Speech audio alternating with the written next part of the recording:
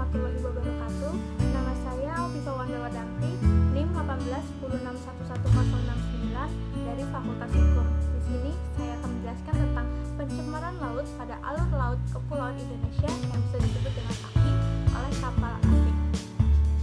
Indonesia merupakan negara maritim dan kepulauan yang diapit dua benua. Yang pertama benua Asia dan Australia, dan yang kedua ada dua samudra yaitu Pasifik dan Hindia, membuat Indonesia secara geostrategis menjadi sangat penting di jalur perdagangan internasional, jalur untuk pelayaran dan penerbangan internasional. Kemudian disebut dengan alur laut kepulauan Indonesia yang disebut dengan ALKI.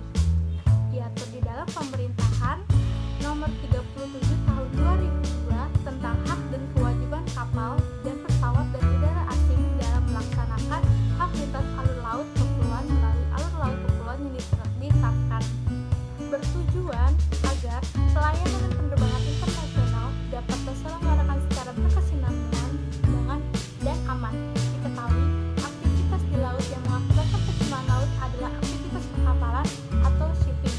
Untuk pencemaran berupa tumpahan minyak.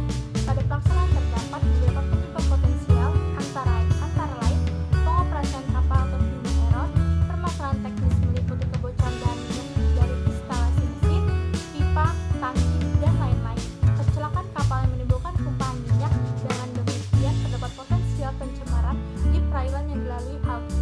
Sebagai contoh, pencemaran akibat tumpahan minyak di kawasan konservasi Taman Nasional Perairan TNP Laut Sawu, yang dimana kawasan konservasi yang dikelola oleh BKKPN Kupang adalah Taman Nasional Perairan TNP Laut Sawu, juga dilalui oleh ALKI, tepatnya ALKI 3A dan ALKI 3D. Rencana pengelolaan dan zonasi di TNP Laut Sawu mengacu pada pembagian zonasi yang telah diatur di Kepmen KP nomor 6 tahun 2014 tentang rencana pengelolaan zonasi TNP Laut Sawu tahun 2014 sampai 2034, di mana terdiri atas 7 tipe zona antara lain zona inti, zona pemanfaatan, zona pariwisata dan budaya, zona perikanan berkelanjutan tradisional, zona perikanan berkelanjutan umum, zona pelindungan cetacea, dan zona kearifan lokal. Dalam PP nomor 37 tahun 2002 pasal 4 ayat 2 tercantum ketentuan kapal atau pesawat udara asing yang melaksanakan lintas alur laut kepulauan selama melintasinya tidak boleh menyimpang lebih dari 25 mil laut tersebut dari garis tumbuh laut kepulauan, dengan ketentuan bahwa kapal dan pesawat udara tersebut tidak boleh berlayar atau terbang dekat ke pantai kurang dari 10% jarak antara titik-titik yang terdekat pada pulau-pulau yang berbatasan dengan alur laut kepulauan tersebut.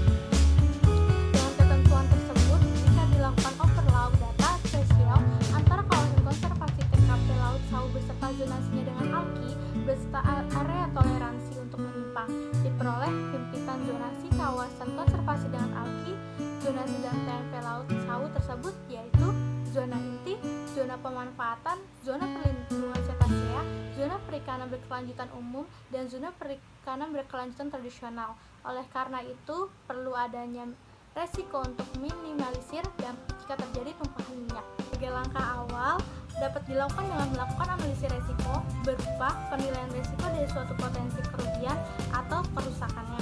Penilaian tingkat resiko dapat dilakukan dengan mengacu pada data historis pada suatu periode untuk menentukan aspek probabilitas dan besaran konsekuensi atau dampaknya. Tingkat resiko merupakan perkalian nilai indeks probabilitas dan konsekuensi. Penilaian tingkat resiko dapat diimplementasikan untuk masing-masing zona di kawasan konservasi. Hal ini dapat membantu untuk mengetahui tingkat resiko dari suatu potensi kerugian atau kerusakan yang mengancam setiap zona.